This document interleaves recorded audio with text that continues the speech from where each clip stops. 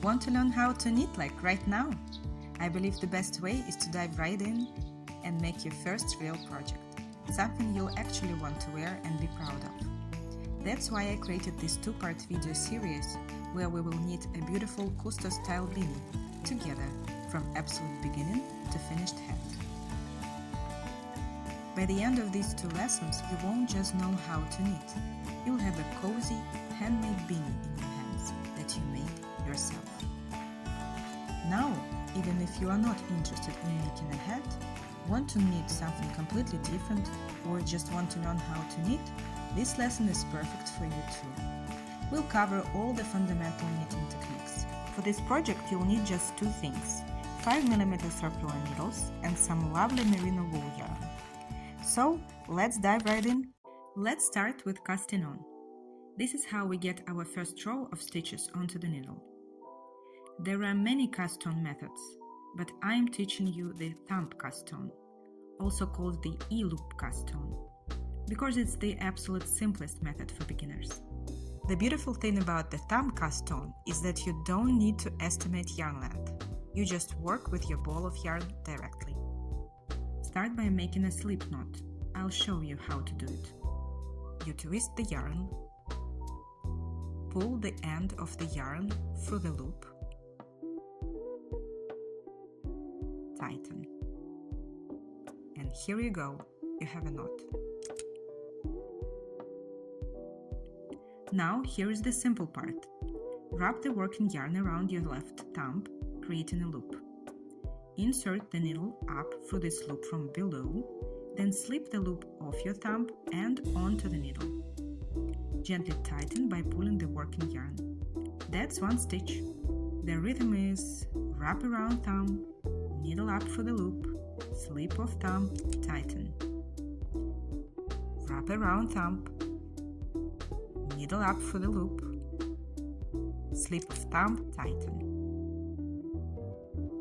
Once you get the rhythm, it becomes quite meditative.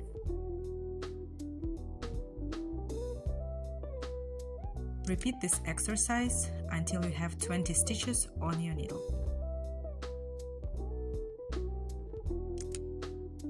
Once you get comfortable with knitting, you can explore other cast-on methods, but this one gets you started with minimal fuss.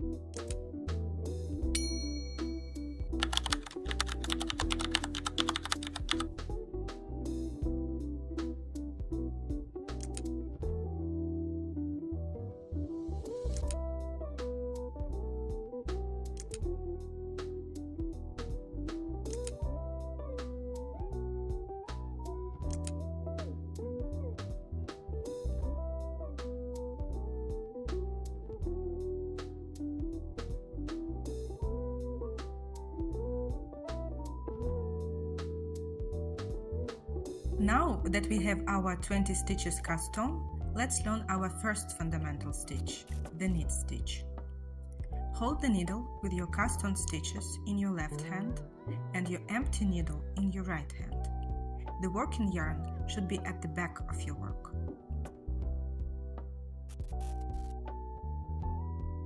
We will slip the first stitch, then knit the second stitch.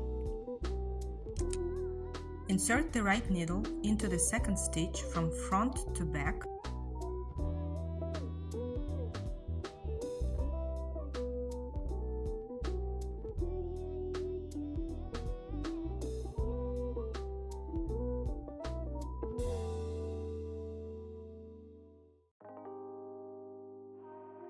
Wrap the working yarn around the right needle counterclockwise. Use the right needle to pull this new loop through the old stitch. Finally, slide the old stitch off the left needle. That's one knit stitch.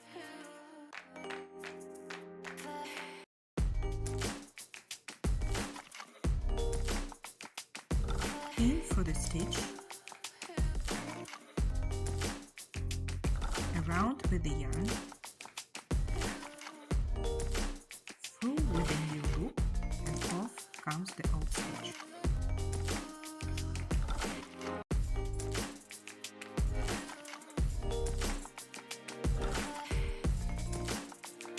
The mantra is in,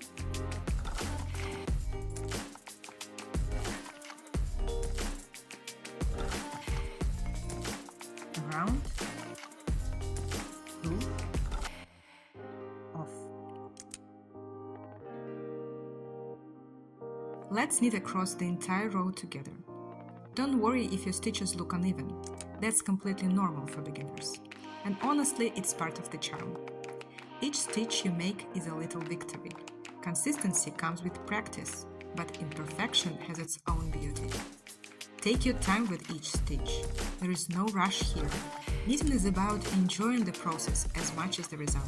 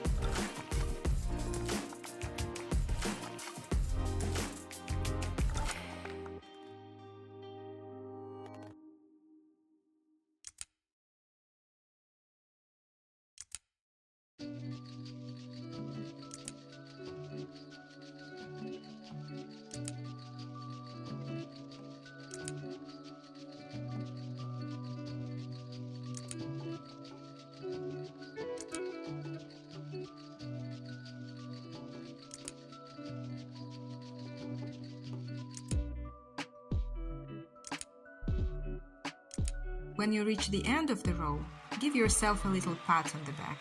You are knitting. Now, swap your needles. The full needle goes in your left hand, the empty one in your right. And we start again. See, you are already developing the rhythm. I'm going to show you 2 more stitches, and then I'll link this video to the next part, where we will learn purl stitch. But before you go, I encourage you to knit as many rows as you feel comfortable. The more you practice, the more confident you'll feel when we move on to the next step.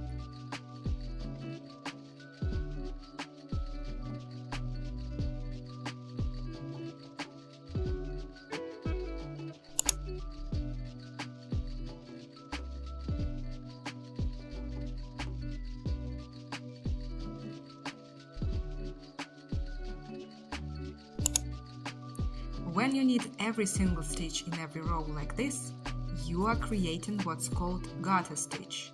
It's one of the most basic and lovely knitting patterns.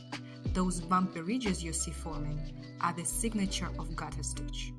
It's stretchy, lies flat, and has a wonderful rustic charm. Once you've practiced your knit stitch and feel comfortable with the rhythm, it's time to learn the purl stitch. For purling, keep the working yarn at the front of your work.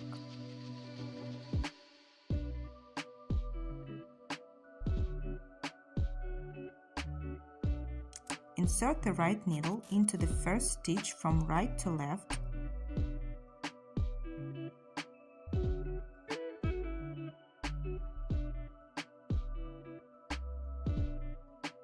Wrap the yarn around the needle clockwise, pull the new loop through and slide the old stitch off.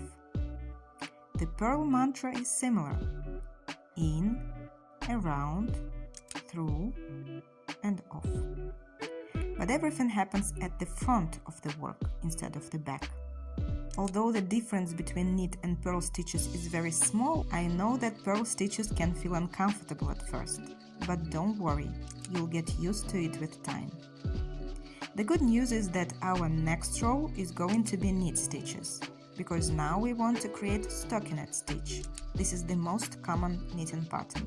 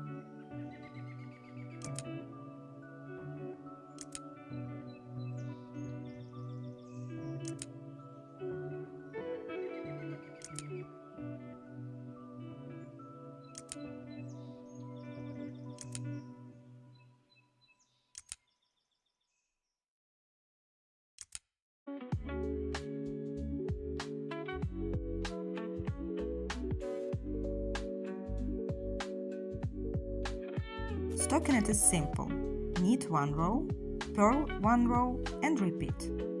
Let's work together for about 10 rows, alternating between knitting and purling. There is no need to hurry.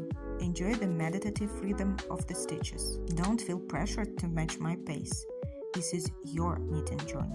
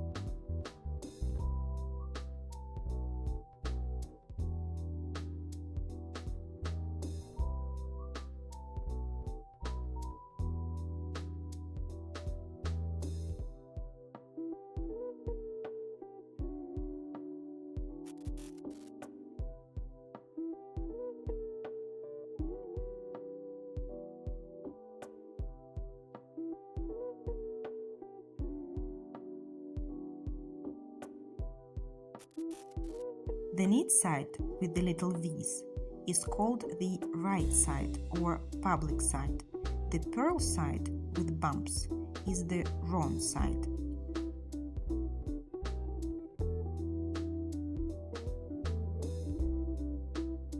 A quick note about stitch direction. Before we continue, let's check something important. Look closely at your stitches on the needle. See how each stitch has two legs.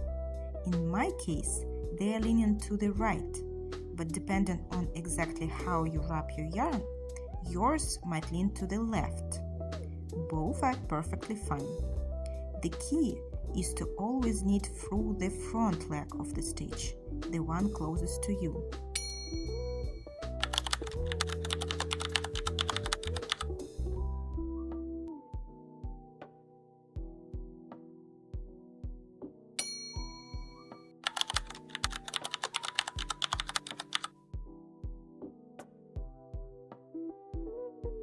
If you accidentally knit through the back leg, you will create twisted stitches, which look different and aren't what we want for this project. So take a moment to observe your stitches and make sure you are consistently going through the front leg. This little detail will make your knitting look beautifully even.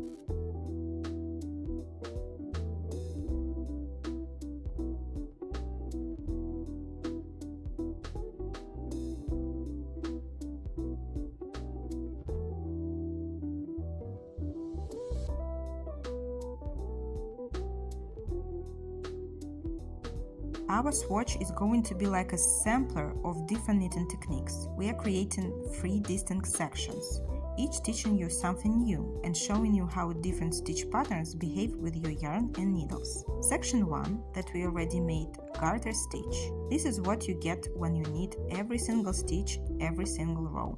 Section 2, stockinette stitch.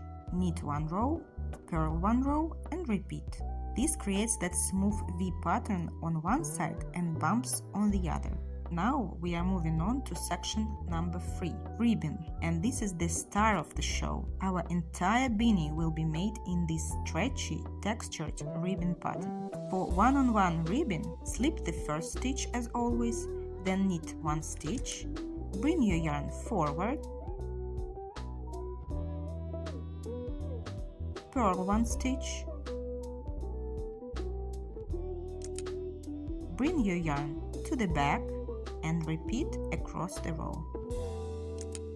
This ribbon pattern is perfect for beanies because it's naturally stretchy and creates that professional fitted look. Plus, it's incredibly forgiving for beginners. Small irregularities just add to the handmade charm. Let's work together for about 10 rows. alternating between knitting and purling. There is no need to hurry. Enjoy the meditative rhythm of the stitches.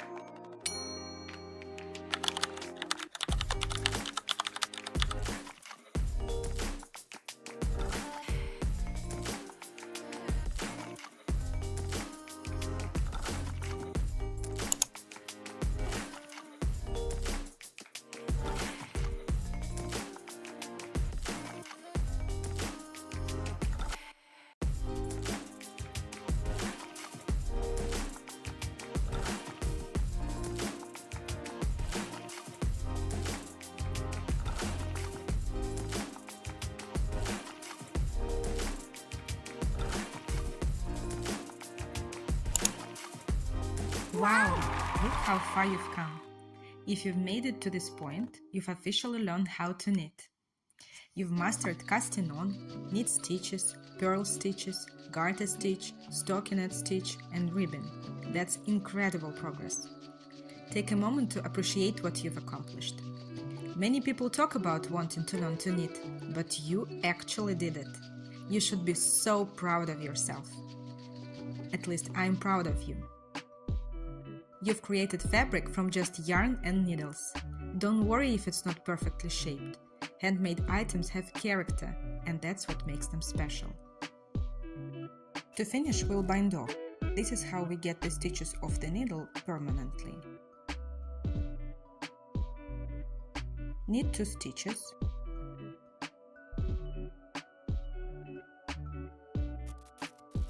Then use your left needle to lift the first stitch over the second and off the needle. Knit 1 more stitch. Lift the previous stitch over it and repeat across the row. Let's bind off together.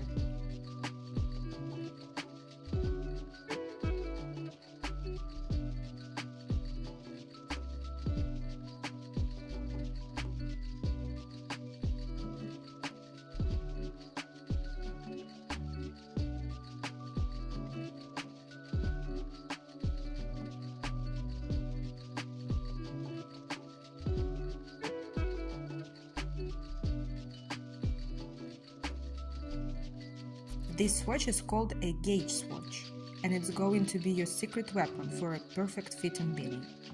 Here is why this matters. Every knitter's hands work a little differently. Even using the exact same yarn and needles as me, your stitches might be naturally tighter or looser than mine. And that's not a problem, it's just how knitting works. But it does affect the final size of whatever we are making. The yarn label suggests we should get about 20 stitches in 10 centimeters, but that's just a starting point. Your actual gauge might be 18 stitches or 22. That small difference could mean your beanie ends up too snug or too loose. So this little practice square will tell us exactly how your knitting behaves, and we'll use that to calculate the perfect number of stitches for your beanie. But before we do so, we need to wash our swatch. This step many beginners want to skip, but don't. Washing your swatch shows you how the yarn will behave in real life, after your beanie has been worn and washed. Check your yarn label for washing instructions. Most merino wool should be hand-washed in cool water with a gentle wool detergent. Submerge your swatch gently, don't agitate or rub, as this can cause felting. Let it soak for about 10 minutes, then gently squeeze out the water. Never rinse wool. Lay it flat on a clean towel. Roll the towel up to absorb excess water, then lay the swatch flat to dry completely.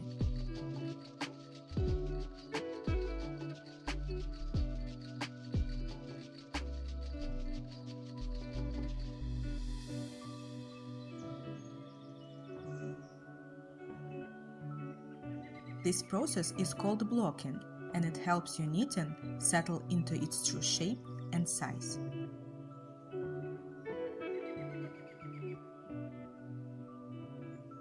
Once your swatch is completely dry, it's time to measure. Using a ruler, measure 10 cm horizontally across the ribbon section of your swatch and count how many stitches fit in that space.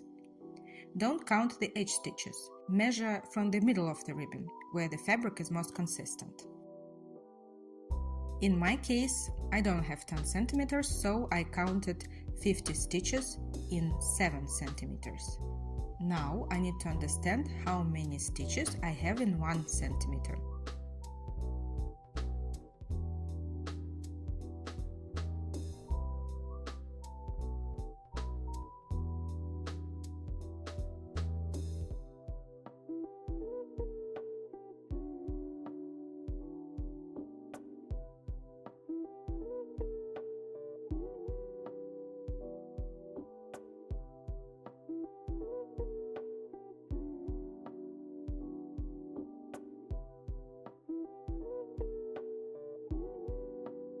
So it's approximately 2.1 stitches.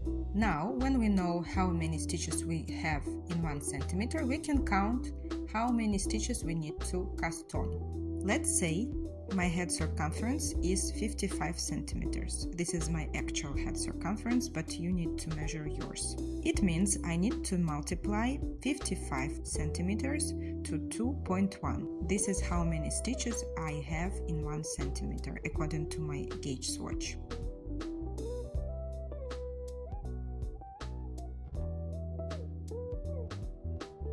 And we get the number.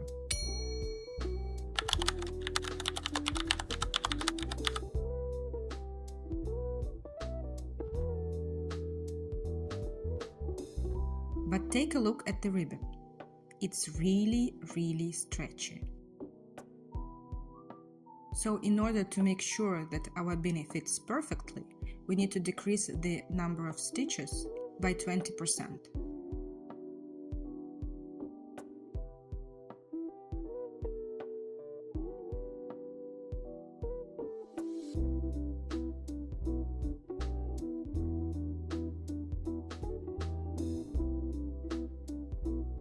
But this is also not the end of our calculation.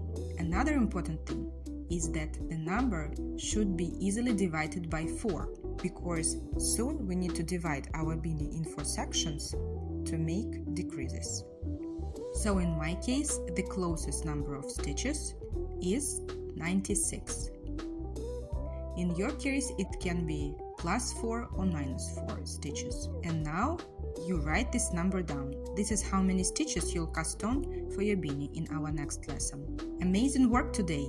You've learned how to cast on using the simple thumb method, the 2 fundamental stitches, knit and purl, 3 different stitch patterns, garter stitch, stockinette stitch and ribbon, why gauge swatches matter and how to make one, how to calculate the right number of stitches for your ribbed beanie project. In lesson 2, we'll cast on for the real thin and start knitting our Cousteau-style beanie. All the links and resources are in the description box, including a written version of the gauge calculation formula. See you next time and happy knitting!